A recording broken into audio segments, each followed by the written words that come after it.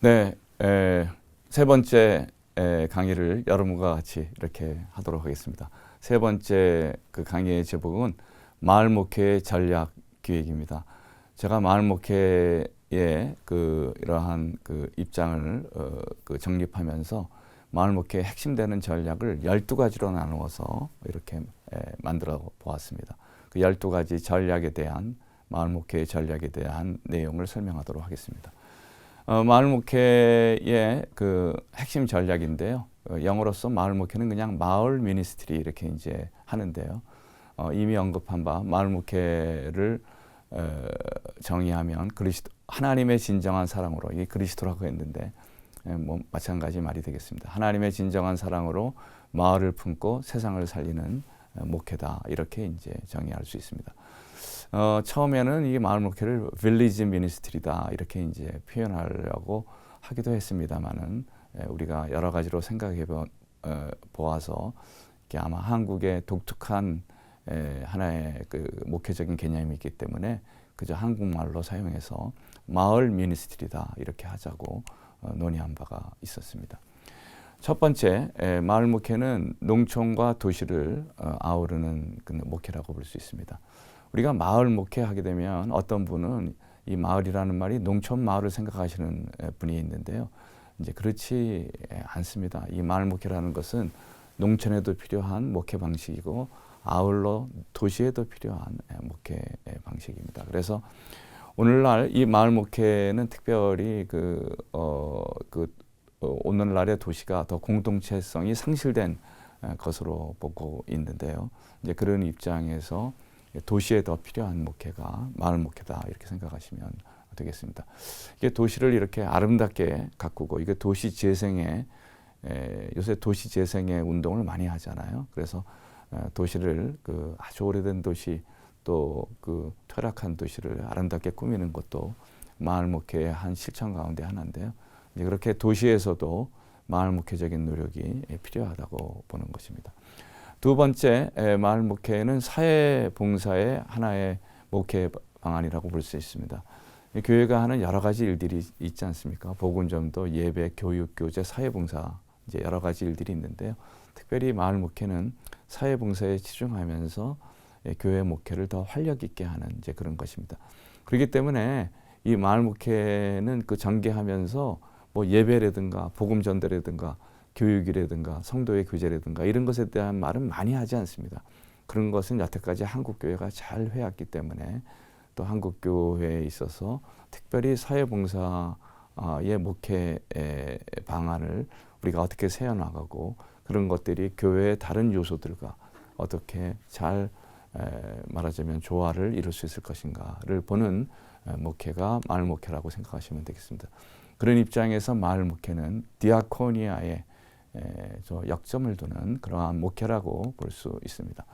세 번째로 마을 목회라는 것은 봉사라는 것이 사랑의 실천을 강조하는 것입니다만은, 그러나 이러한 사랑의 실천이라는 게 믿음이 없이는 되지 않음을 잘 알고 있습니다. 우리가 예수 그리스도의 이름으로 우리의 삶이 거듭나지 않으면은요, 다른 사람을 사랑하는 실천적 행동을 하는 것이 어렵습니다. 그런 입장에서 마을 목회는 사랑의 실천을 강조하지만 그 배경에는 그에 따른 믿음이 중요함을 강조하는 그러한 목회 신학이라고 볼 수 있겠습니다. 그래서 신앙과 사역, faith and works가 둘 다 중요함을 강조하는 목회라는 것입니다. 네 번째로 마을 목회는 정행의 목회 방식입니다. 실천성을 강조하는데요. 제가 첫 번째 강의에서 이 내용을 좀 설명한 적이 있습니다. 마을 목회는 이론을 앞세운 목회가 아니라 여러 목회 사례들을 분석해서 거기에서 이론을 끄집어낸 것이고, 또 그것을 다시 실천해가지고 또 새롭게 이론화하고 하는 이러한 계속적인 순환을 통해서 신학을 해나가는데요. 그런 입장에서 마을 목회의 책을 저희 연구소가 20권을 만들었는데요. 한 반 정도는 사례에 대한 내용이고요. 반이 이론에 대한 것입니다. 현장에 있어서의 실천을 강조하는 목회가 마을 목회다 생각하시면 되겠습니다. 그래서 orthopraxis라는 orthodox라는 말보다 이러한 정론이라는 말보다 정행, 실천이 중요하다라는 것을 강조하는 목회 방식이라고 볼 수 있겠습니다. 아울러 마을 목회는 개인적인 행복과 함께 공동체적 행복을 강조하는 목회입니다. 우리는 오늘의 한국 사회 또 오늘의 이 세계의 많은 문제가 너무 개인주의적 행복론으로 치우쳐 있기 때문에 생긴 문제라고 분석할 수 있습니다. 그러니까 모두가 그냥 자기만을 위해서 살고 자기의 성공만을 위해서 살고 자기의 자녀만 잘 되면 되고 너무 행복론에 있어서 개인주의적인 행복론이 만연해 있는데 이제 그러한 행복론을 공동체적 행복으로 한번 바꿔보자. 이제 그런 입장에서 개인과 함께 이 마을 공동체라는 공동체 전체를 강조하면서 이 마을 모두가 함께 즐겁고 함께 행복한 이제 그런 사회를 만드는 것이 마을 목회의 중요한 주안점이라고 볼 수 있습니다. 여기에 보면 모두가 행복한 세상 만들기라는 그러한 표현을 썼는데요. 참 좋은 표현이라고 봅니다. 혼자만, 개인만 행복한 것이 아니라 함께 행복한 세상을 만드는 것이 필요함을 강조하는 말이라고 볼 수 있겠습니다. 다음에 여섯 번째로 마을 목회는 마을을 교회로, 교인을 주민으로 삼는 이제 그러한 목회라고 볼 수 있습니다. 그러니까 우리가 목회하게 되면 교회 안의 목회, 또 교회 안에 있는 교인들만을 대상으로 하는 그러한 그 목회에 주력하기가 쉬운데 그런 데에서 조금 시야를 좀 넓혀가지고 그 마을 전체와 주민 전체를 이렇게 고려하는 그러한 목회를 해나갈 때 오늘 우리가 한국 교회가 더 지역으로부터 신뢰받는 교회가 될 뿐만 아니라 또 많은 주변의 사람들로부터 칭송받는 그런 교회가 되어서 이 칭송받을 때 또 믿는 자의 수도 저는 늘어난다고 생각합니다. 그러니까 세상으로부터 신뢰받고 또 지역의 사람들로부터 칭찬받는, 칭송받는 이제 그러한 교회를 만들기 위해서 우리가 포괄적인, 포용적인 목회를 해나가는 그런 교회가 되는 것이 필요하다 이렇게 생각하고 있는 것입니다. 그런 입장에서 마을 목회는 교회 안에 폐쇄적인 교회로 남는 것이 아니라 일종의 오픈 처치, 그러니까 오픈 도어 처치, 문을 활짝 열어 제치고 그러니까 교회 안과 밖에 울타리를 제거해버리는 그런 목회를 강조하는 것이라고 볼 수 있습니다. 제가 여기 약간 스펠이 틀렸네요. 평신도인데요. 평신도라고 썼습니다. 마을 목회는 평신도의 사역을 중시하는 이제 그러한 목회입니다. 마을 목회를 하게 되면 이렇게 마을에 가서 봉사하고 또 그들을 살피는 일이 많은데요. 그 모든 일을 목회자 혼자 하는 것은 어렵습니다.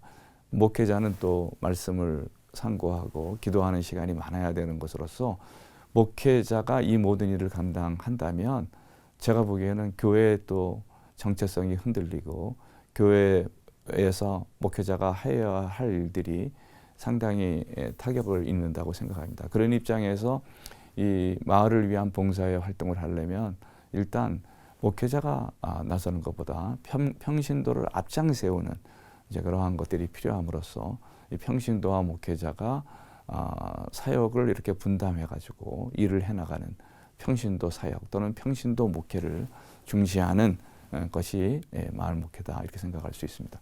스쿨퍼 보통 그 평신도 목회라는 것을 레이 미니스트리라고 그러는데요.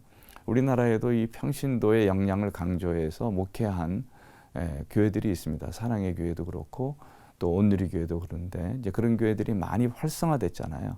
그러니까 우리가 평신도의 자원을 사장하지 말고 그들을 목회 일선에 내세우는 그런 목회가 필요하다라는 것을 우리는 다시 한번 알게 됩니다. 다음 여덟 번째, 마을 목회는 주민 주도적 상향식 마을 만들기 운동과 연계되어 있습니다. 저는 민주주의의 꽃이 그 하나의 주민 자치라고 생각합니다. 주민 자치가 없는 민주주의는 허당의 민주주의라고 볼 수 있는데요. 그런 의미에서 한국도 그 민주주의를 많이 발전시켰지만 아직도 그렇게 완성된 민주주의라고 보기는 힘듭니다. 우리가 풀뿌리 민주주의를 정착시켜야 되는데 그러기 위해서는 주민 자치가 필요하고 주민 자치 역량이 강화되어서 주민들이 마을을 행복하게 하는 행정에 또 그러한 일들에 참여하는 그런 것들이 필요한데요. 그런 입장에서 그 마을의 어떤 그 일들에 대해서 주민이 적극 참여하는 주민 주도적인 상향식 운동이 그러한 행정이 저는 필요하다고 생각합니다. 최근에 우리나라의 여러 그 구청이나 동사무에서도 이렇게 주민 주도적인 주민 자치를 강조하는 그러한 내용의 사업들을 많이 합니다. 특별히 마을을 위한 주민 공모를 해가지고요. 그 마을 사람들이 의견을 내서 또 프로그램을 만들어 가지고 마을을 위한 여러 가지 실제적인 일들을 해보는 그런 그 공모 사업들을 많이 하는데요. 굉장히 좋은 저는 일이라고 생각합니다. 이제 그러한 공모 사업에 또 교인들과 지역 주민들이 힘을 합쳐서 같이 참여한다면 우리가 또 그것도 서로 소통이 되는 일이고 또 기독교인과 비기독교인이 서로 관련을 맺고 친해질 수 있는 또 전도의 기회를 넓히는 그러한 좋은 기회가 된다고 생각하는 것입니다. 요새 그 마을 공모 사업에 대한 내용들이 많이 나타나는데요. 성남시에서는 청소년 마을 만들기 창안 대회를 또 했네요. 이제 이런 운동들이 제가 보기에는 마을 만들기 운동으로서 전개되고 있는데 이러한 마을 만들기 운동과 사회에서 하는 그런 운동과 마을 목회 사이에는 연관성이 많은 이제 그러한 것이라고 볼 수가 있겠습니다. 다음에 이제 마을 목회 또는 마을 만들기 운동을 하려면 시민들의 또 교인들의 역량 강화 교육이 필요합니다. 우리가 사회를 위해서 일하고 또 교회가 사회 문제에 자꾸 참여하려면요, 그만한 실력이 있어야 됩니다. 사회가 뭐를 필요로 하는지, 사회의 문제가 무엇인지 전혀 모르는 상황에서 사회 문제에 뛰어들 수는 없는 것이거든요.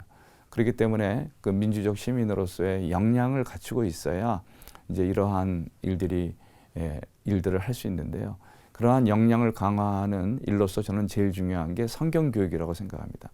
성경은 정말 그 인간의 자유와 또 하나의 그러한 주체성을 강조하는 책이잖아요. 인권을 강조하는 그런 책인데 성경 교육을 통해서 우리가 주체적 역량을 강화할 수 있는 것이고, 두 번째는 우리가 인문학 교육이 우리에게 필요하다고 생각합니다. 폭넓은 인문학 교육을 통해서 우리가 이 사회를 위해서 하여야 할 일이 무엇인가를 또 어떻게 할 수 있는가를 발견하게 된다고 생각합니다. 그래서 이러한 역량 강화를 하는 걸 보통 영어로 empowerment라고 하는데요. 그래서 이 empowerment가 이러한 마을 목회의 중요한 요소가 되는 것입니다. 다음에 이제 10번째로 삼위일체적 생명성을 마을 목회는 강조합니다. 그래서 특히 그 마을 목회는 이 개인주의적인 삶에서 공동체적인 삶을 강조하는데요. 그러한 공동체적 삶을 강조하는 그러한 생명성을 강조하는 대표적인 기독교의 교리가 삼위일체 교리라 할 수 있습니다. 그래서 삼위일체 교리가 셋이면서 하나임을 강조하는 이제 그러한 교리인데요. 이제 그러한 삼위일체 교리는 이러한 공동체성과 함께 네트워크의 중요성을 강조하는 이제 그러한 내용을 갖고 있습니다. 그래서 네트워크, 다양한 그 집단과의 또는 기관과의 네트워크의 중요성을 마을 목회는 강조합니다. 그다음에 마을 목회와 교회 성장인데요. 우리가 교회가 전도가 되려면 비기독교인과의 뭔가 관계 접촉점이 많아야 됩니다. 비기독교인과의 관계성이 없으면서 그들이 교회로 오기는 힘든 것이죠. 그렇기 때문에 이제 그들과 관계를 가져야 되는데, 그래서 비기독교인과의 관계성을 높이는 방법 가운데 하나가 저는 마을을 적극적으로 봉사하고 저 마을에 관심을 갖는 마을 목회다, 이렇게 이제 생각하는 것입니다. 그래서 이러한 실증 정도, 그 하나님의 사랑을 그들에게 직접 전달함으로써 그 사람들이 하나님의 사랑을 느끼고 또 교회의 중요성을 깨닫고 이렇게 이제 하게 되는 것입니다. 그 다음에 마지막으로 마을 목회는 과학적 목회 방안을 추구하는데요. 그래서 뭐 전략기획 이론이라든가 지역사회 개발 이론이라든가 역량 강화, 조직 이론이라든가 이제 이런 것들을 거기에 근본의 베이스로 또 이렇게 하나의 방법론으로 깔고 있습니다. 제가 여러분들과 같이 마을 목회의 핵심적인 전략에 대해서 말씀드렸는데요. 여러분들이 그 핵심적인 전략들을 잘 이해하면서 이 마을 목회를 진척해 나간다면 더 그것이 꽃피고 열매 맺으리라고 생각합니다. 세 번째 강의를 들어준 여러분들께 감사의 말씀을 다시 한번 드립니다. 감사합니다.